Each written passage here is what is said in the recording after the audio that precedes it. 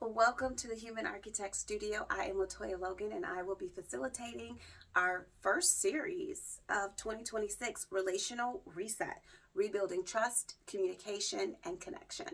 If this is your first time visiting this page, welcome. Please consider subscribing and sharing the information.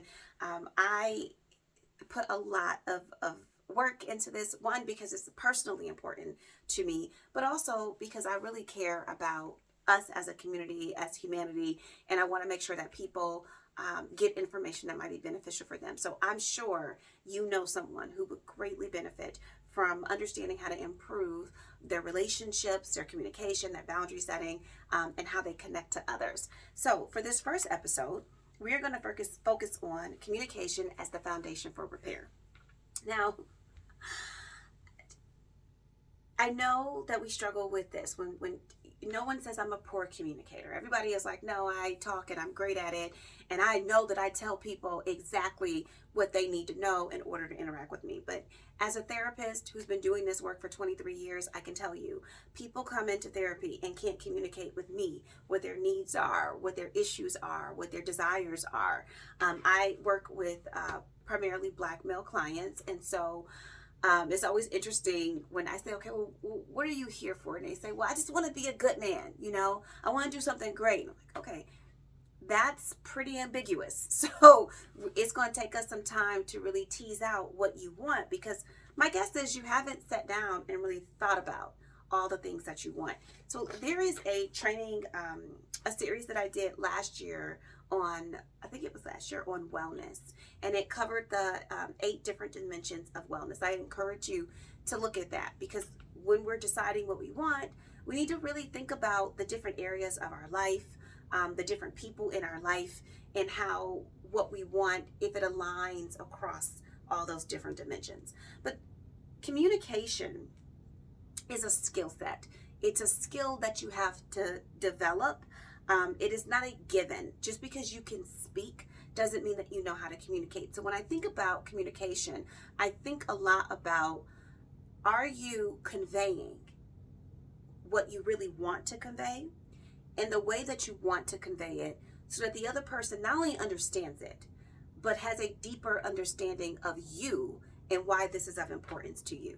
So if you think about telling somebody, like you go into work somewhere and they say silly things like, just be professional. I just need you to be professional. Now, I know that you're thinking right now, because I think this all the time, well, everybody has different definition of what professional looks like. For some people, professional means you have on a suit, you have on dress shoes, you speak a certain way. Other people, professional means you show up and you get your job done.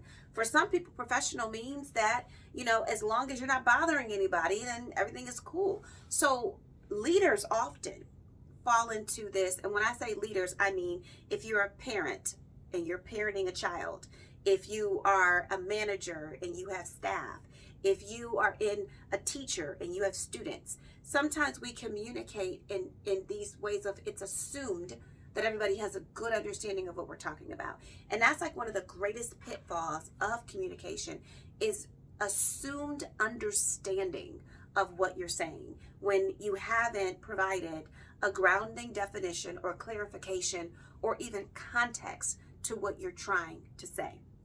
So this is really important, because if we look at ourselves as people who over time, over a lifetime, will be working on improving our communication, then it doesn't mean that something's wrong. It just means that, like anything else you are developing, you have to invest in developing your communication skills. So communication is the foundation for repair, because in order to repair something that is broken, you have to talk about it. You have to first know, well, what went wrong? You have to think about why it went wrong. You have to think about potential solutions to addressing it. You have to examine if those solutions are things that the other person wants. And then you have to communicate on how you're going to implement this. And finally, how are you going to measure it? So it isn't just I said it and it's done. It's a lot more complicated when we're really thinking about communicating in an effective way. So we know that, through research, this concept of relational conflict, which exists in all forms of relationships, isn't really about the disagreement.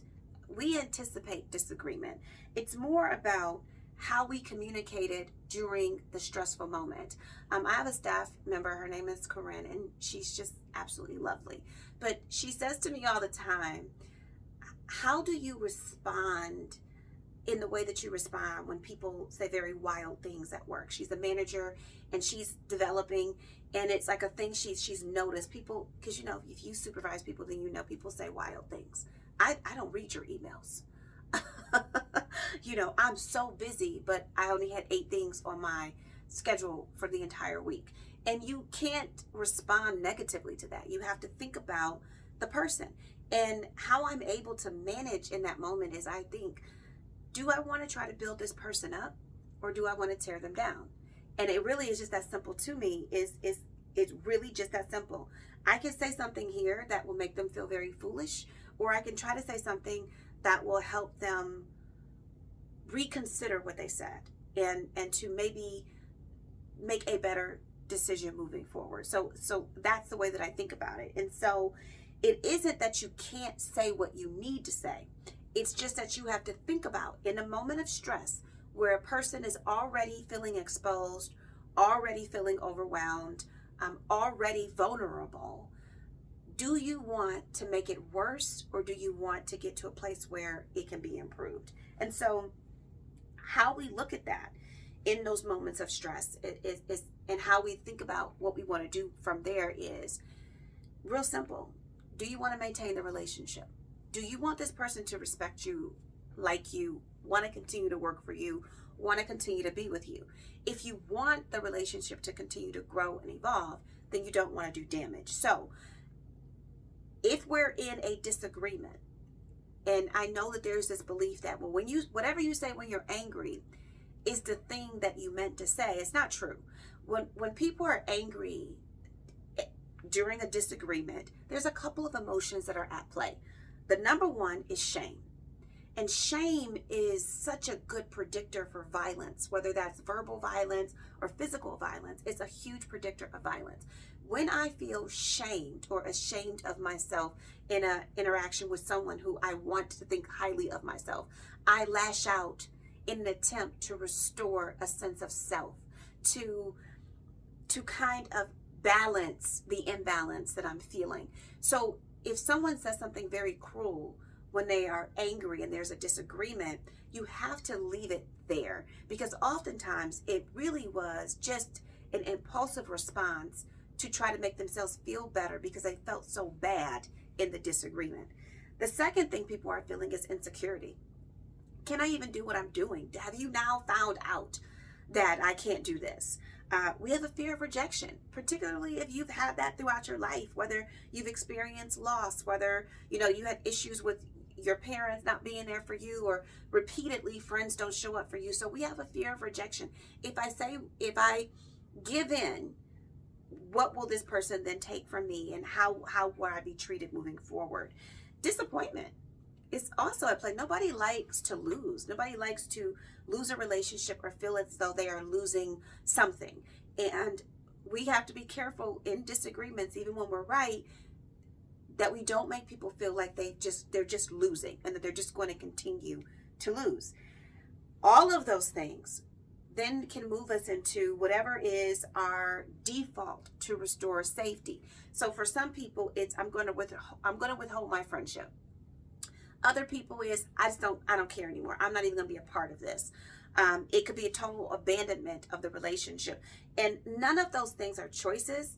Those are things that autonomically happen. This is a part of our nervous system and our crisis response system. So we've done this over a period of time. So our brain knows, okay, yep, when this person gets overwhelmed or frustrated, they lash out. When this person gets overwhelmed or frustrated, they stump away. When this person gets overwhelmed or frustrated, they completely shut down. And so this is just a part of our lived experience, and we have to learn to recognize that's what we're doing and then implement some different strategies. Now, in order for us to not default to those very unhealthy strategies, we have to know that we're safe. And this is not that I necessarily feel physically unsafe, even though that could be a part of it, depending upon a person's history, that maybe when they've disagreed in the past, they've been met with violence. So you have to take that into consideration as well. So physical safety is important. Can I say what I need to say without being physically harmed or in any way? Then there's psychological safety. Am I free to have a differing opinion from you without there being consequences or without there being some form of retribution? Then there's emotional safety. If I need to cry right now, because that's where I'm at, are you going to call me a baby and use it against me later? If I don't show the emotion that you think I should show and I'm doing something different, do I have the freedom to express what I need to express emotionally? And environmental safety. Can I take a break and come back to this discussion when I have calmed down? If there is any risk to those 4 different levels of safety, then we're not going to be able to move forward with healthy communication. So thinking about power dynamics, let's say you're a parent and you're talking to your child and your child has said something that you don't like and now you want to reprimand them and they walk in their room and try to close the door. I just need a break. Do you storm in afterward and force the conversation, or do you recognize, you know what, maybe they do need a break? And just because I am the parent, maybe I shouldn't force them to engage in a conversation that probably isn't going to go anywhere anyway. It would just be me asserting the power that I have. And so you could take that to, if you're a manager, if you're the business owner, if you're the person who pays the bill in a household, whatever the case may be. So how we respond to a person's need to restore safety, or how we support safety, is going to require us to do a couple things. The first thing is reflective listening. And so this means that someone tells you how they feel. What you just said was really hurtful. You might not agree. You might, like, all I said was I didn't like what you cooked. It's not good. Or I disagree with the plan that you just made for this marketing. It's not working. It doesn't matter. Reflective listening would ask you to simply say, I understand that my response hurt you. Could you tell me how? Could you help me understand a little bit better about how that comment specifically hurt you? Reflective listening isn't an opportunity for you to assert your rightness. It isn't an opportunity for you to be defensive. It isn't an opportunity to be right. It really is just an opportunity to say, I might not understand where you're coming from, but I hear what you are saying and I'd like to know more about it. The reason you want to ask that question is you might assume that they're upset for the wrong reason. They're hurt. Okay, well, you're hurt and I'm sorry. Why are you hurt? Because I can start talking about the wrong thing. And now we're arguing about this thing that was not the right thing to talk about. And we're not even addressing the initial hurt. So reflective listening really lends itself to reducing an escalation in the crisis, improving understanding, and also making sure that you are clear about the needs of the other person. The second thing you want to do is always use I statements. So as a therapist, I know we some people, we put this word out there, now everybody's using it. You triggered me. Trigger. First of all, I don't even use that word. Nobody can trigger you. No one can trigger you because you are in control of your emotions. You are in control of your responses. And how you feel is a result of not the other person, but the thoughts you already have in your head about yourself. So I always use this example, and hopefully it lands how it needs to. If someone were to come to me, I'm at work, and somebody came into my office and said, everybody in here is stupid, I would not get upset because I know I'm not stupid. The language that I use for myself is I know I'm a smart person. So an insult can't land unless you believe a little bit that the insult is true. So if you are a person who thinks that you might be stupid, if someone says that is the stupidest thing I ever heard and you get offended, it's because part of you kind of has always had insecurity around your intelligence and people thinking that you're stupid. That's the first thing. The second thing is, what if it is true that what you just said is the stupidest thing they've ever heard? So when you get triggered by another person, you're not. You are being activated. Your autonomic nervous system, your capacity to regulate your emotions, and the theme, that script that you're already playing in your head, just activated an emotional response connected to what you already think about yourself. So it's important to note that. So we don't say someone triggered me. We say, that comment activated a thought process that I've been struggling with, like, let's say, for instance, every time I see my grandmother, she's got something to say. Lord have mercy. She's 97 years old. She's going to always talk her mess, honey, and thank God for it. But she's always got something to say about something, particularly about your weight. Yeah, she that type of person. And it doesn't matter where you are with your weight journey. You could have felt great that day. But if you struggled in the past with weight, when she says, you gained a little bit of weight, you may not have, or you may have. That's irrelevant. It's what you think it means if you had gained weight, or if you look like you gained weight is the issue. It has nothing to do with the actual comment. So it's important for us to use I statements so that we're not blaming other people for our emotional response, but more importantly, so that we take accountability and feel empowered to know that however we feel, we can choose to change it if we want to. The last thing you want to do is to really think about meta communication. And that's just a real cute phrase to say. Let's talk about how we're communicating with each other. My staff know this. I communicate sometimes to some people, which would be rude. I can multitask really well. So a person might come in and they need something, but I'm working on something that has to get done. So I'll keep working, but I always say, you do know that I am listening to you. I hear what you are saying. I just have to get this done. And they will say, I do hear it. I know that you understand what I'm saying. I know how you are and how you work. I always then ask, if you need me to stop doing this, I can stop and we can just be focused on this, because you want to give people options, even though they understand that I'm going to multitask based on whatever the topic is. Multitasking might appear rude and it might be inappropriate for the moment. But the point I'm making is I have conversations with people about my communication style. I'm a fast talker, if you've not already picked up on that.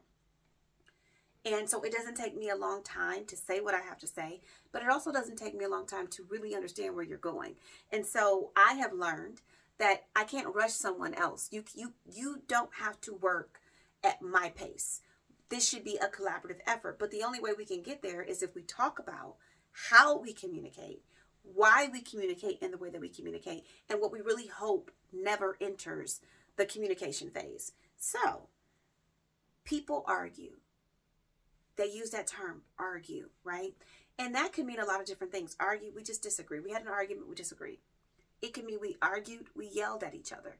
It could mean we argued and we got quite nasty with one another. So you want to define what that looks like. I don't argue with people if they're going to raise their voice, because I don't want to be yelled at. It's my own lived experience. Being yelled at does not work for me. Getting in my face does not work for me. So these are things you want to talk about. I'm a hand talker, if you've not noticed. But in certain situations, I know that makes a person uncomfortable. So when I'm in a therapy session, if they tell me that too much movement makes them anxious, then I just sit back and I keep my hands to myself and I speak about what needs to be spoken about, because I need to make sure that they feel safe in the moment. And then I apologize if I happen to fall back into my own habits. So you want to talk about how you communicate and why. Now, Gottman communication, because from the Gottman Institute, who's done a lot of work in relationships, particularly couple relationships, and I have always said, and I'm glad that the work is expanding beyond, that there's no such thing as couples relationship. There's people relationships. And what you do in an intimate relationship, you probably do in a friendship, you probably do in your family ship, you do in business ships, acquaintanceships, because we communicate how we communicate. So when we change communication in one area, one relationship area, we're going to change that communication style in another area as well, which is why it's so awesome to pick one relationship that you want to focus on and try to improve that, because it undoubtedly will definitely translate to other relationships, and you'll get a benefit across the board. So Gottman Communication says that we have to look at destructive versus constructive communication styles. And I really like that, because destructive communication styles has a winner and has someone who's right. Yeah. So if you're a person who has to win the argument, or you're the person who needs to have your idea be the one that comes out on top, then you engage in destructive communication, because it means you'll do what you have to do to be right, and you'll do whatever it is you think you have to do to win the argument, even if it hurts the other person, even if it damages the relationship, even if it really wasn't the best idea to do. Being right mattered more. Constructive communication is about having the idea in mind that we're going to have this very difficult conversation, but we will recover without crisis.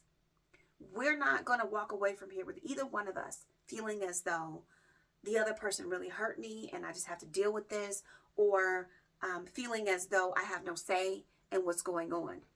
In a constructive conversation, it's about building and about evolving together.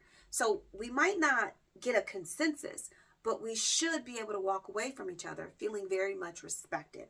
So what the Gottman communication method says is that the first thing you have to do is to identify the absolute harmful tactics that you might be using. Criticism. Some people criticize in a disagreement because they feel like they're losing the argument. So they make a criticism of the other person. For instance, we're starting with, you left dishes in the sink for the 5th time in the week. And I've been cleaning them, but I can't, this is extra work for me. And we agreed that you were going to clean up after yourself, or at least, 50-50 this. And then they say something like, well, yeah, but you left your towel on the floor in the bathroom. That is very unhelpful, because that's not the conversation that we're having. We're having a conversation about an agreement to share the cleaning of the kitchen, and you not following through on that agreement.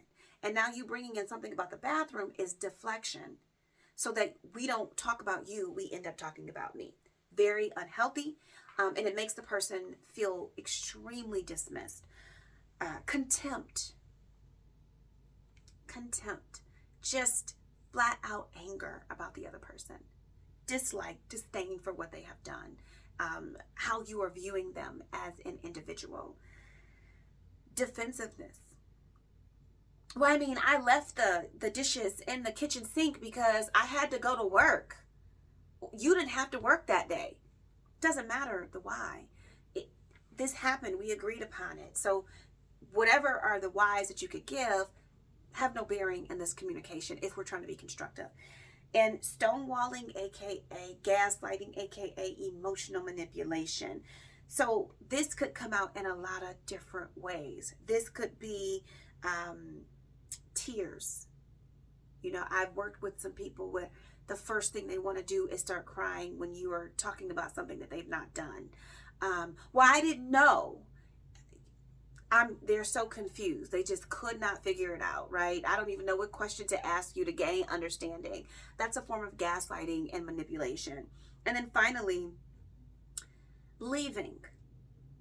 Just leaving. Or saying things like, well, if you want to fire me, or if you want to end this relationship, or if you don't want to do this anymore, all those are forms of emotional manipulation, and they are destructive communication styles. And so it's not that if you're doing this, you're a terrible person. It's if you're doing this, you have to understand that the desired outcome isn't going to happen. And in fact, you're going to fracture the relationship, and you may not be able to repair it depending upon how often you've done this and how the other person feels. How we repair, or we begin to engage in attempts to repair, is we start by acknowledgement. I understand. I am so sorry. I did. I've been leaving the dishes in the sink. Because you were here, I just figured you could do it, and I was late. But that's not fair. I should have told you, or asked you if you could do it, but told you that I didn't do it, and made plans like, you know what? I know you don't like the dishes to be left, but I will take care of them when I get home. I guarantee you that that's going to get done. Or, you know what, I'll be late to work because I said I was going to do this, and it's not fair for my partner to have to pick this up again. Humor can be an amazing repair tool. Now, not that you make in front of the other person, but everybody has a thing about themselves that you can poke fun at, that if the person is interested in the relationship, it's going to make them laugh, and it'll kind of reset the tone of the conversation. Now, don't overdo it. Don't crack jokes every 2 seconds, but cracking a joke to kind of reset the temperature of the conversation, to kind of give you a break from the conflict, is really helpful. And then finally, clarification. Being very clear about why you're having the conversation, how it's making you feel, and what you need to move forward. Emotional attunement comes from that. So if you have an attunement, just means that you're reading the other person, they're able to read you, because you've built up a relationship. I have a board of directors. They kind of know how I am. I have wild ideas, so I'm just going to go with it.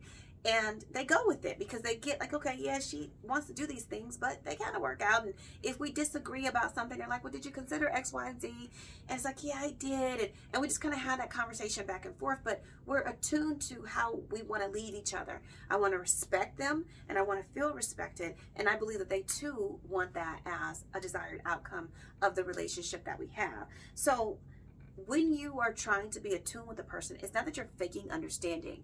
It's that you're watching them, you're paying attention to their body language, you're listening to how their voice changes, if they go up an octave, if they sit back a bit.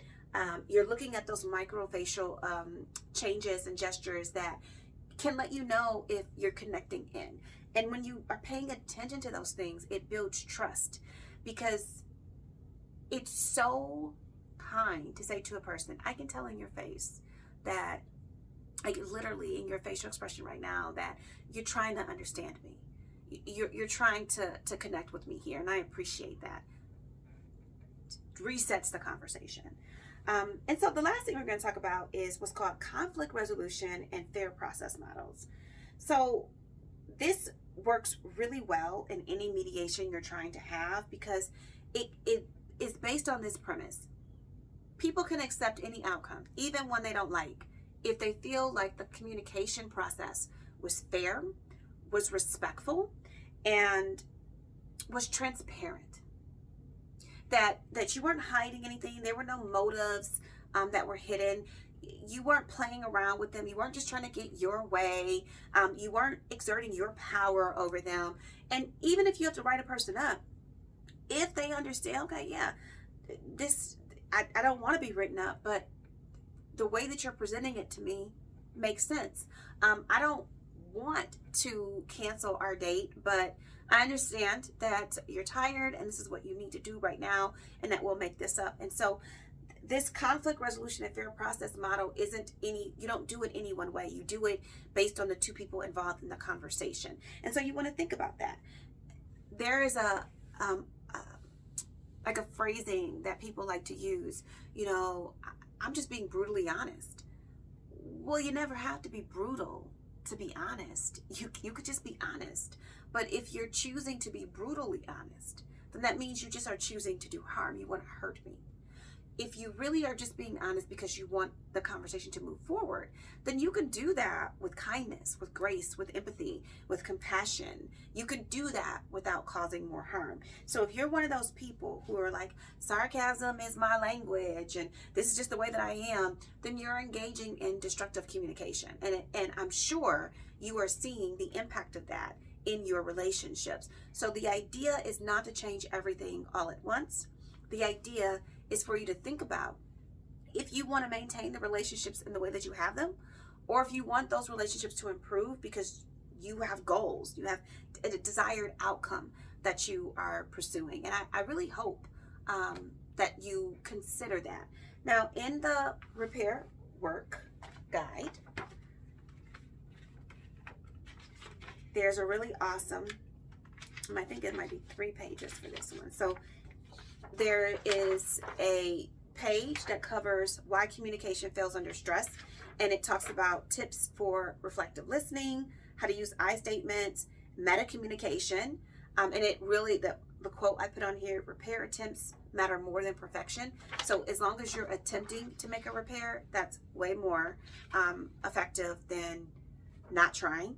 And then it has a reflection page. So it asks you to look at your communication story. So I'll just read one of them. Take a moment and ask yourself the following question. Growing up, how was conflict handled in your home or your community?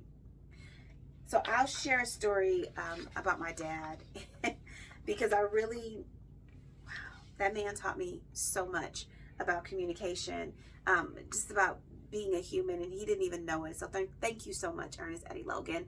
Rest in peace. You know that we've not forgotten you. My father was 6 feet tall, 6'2" actually, and my mother was 5'2", so they're a whole foot apart. And when they would get into disagreements, and I say that because as a kid, it never felt like it was a disagreement. It just felt like my mom was just having moments. And so my mother would start yelling about something that my dad didn't do. It didn't matter what the thing was that she was yelling about. Oh, you didn't put the screen on the door like I asked you to. Oh, you didn't put the trash in. Oh, you didn't go do this. And she would start yelling and screaming very loud. And she was a cursor too. And my dad would grab a chair and he'd sit down. And so me and my siblings would be like, why, Daddy is just sitting there and she's just yelling at him. And, and he would just sit there. And she would just be going on and on and on. And eventually, my dad would stand up and he would say, I love you, Jerry. And she would stop and he'd walk out the door. And we would be like, she just stood there yelling and cursing him out, and he sat down and took it, and then gonna say he loves her? What is this nonsense? Daddy is soft, right? This is a child. These are child thinking. What we didn't know is that they had a way of communicating that restored safety for my mother, that was reliable, that allowed her to express what she needed to express, and allowed him to, when it was time, it was. Now, when my father would get up after he had said, all right now, Jerry, I love you, and he'd walk out the door, she would say to us, did you put his mug in the freezer? And we'd be like, what are you talking about? Daddy just walked out the door. Like, what? But we did. My father drank beer out of this metal mug. And so we put it in the freezer because if you're a beer drinker, then you know as cold as it can get is really what you want. And so he would go and he'd come back and get the beer, and it'd be like the disagreement never happened. As an adult, once I learned more about my mother's story and about my father, I understood this differently. My mother grew up in an extremely violent household. My grandfather was an abuser of both my grandmother and of my mother. And unfortunately, as a young lady, my mother had experienced abuse in relationships as well. And she had this thing about her that she immediately was defensive. She needed to assert power because she had been disempowered so many times in her life. Well, she met a man who understood that. And so my father, standing 6'2", so he's a big guy, she's only 5'2". He sat down, not because he was weak. He sat down because he wanted to make sure that she knew she didn't have anything to worry about, that there would be no abuse, there would be no violence. He sat there not saying a word because he wanted her to feel safe to express herself. He let her go. And she would go, okay? And then when he had just about enough, they had an agreement. He'd say, all right now, I love you, and he was free to leave. And her apology for having done that was make sure the things that he needs are available. So my dad liked coffee. My dad liked Faygo pineapple orange pop. and my dad liked beer. That's like, you could tell the time based on what he was drinking. And so my mother's way of, I know I went over, I did it again, damn it, was to restore safety for him. So that when he walked back through that door, his mug was freezing cold, the beer was ready, she was ready to receive her husband. As a child, even though this happened at least once or twice a week, because my mother, that's just how she was, we never thought, Daddy's not coming home. We always knew he was. We always knew he was going to come home. But what we didn't know as children is that those two adults had a conversation, whatever that conversation looked like, and they arrived at a communication style and pattern that worked for both of them. One that allowed her to feel safe to express herself, and one that allowed him to leave and get a breather and come back when he needed to. I don't think my parents knew that that's what they were teaching us, but this is why I don't argue now, because one, it has no value. I don't need to express myself that way. But two, I watched my daddy do what was necessary to allow another person to express themselves. And I just always wanted to do that for myself. I don't want to make anyone feel like they can't communicate. So if you are a person and you are struggling with how you're communicating, talk to the people you are closest to. Pick one person and ask them about your communication style. And then make sure that you get into the guide and complete the exercises. So I hope this has been beneficial for you. It's beneficial for me. I absolutely am looking forward to going through this whole series. I hope to see you back next week, Monday at 10 a.m. And have a great week.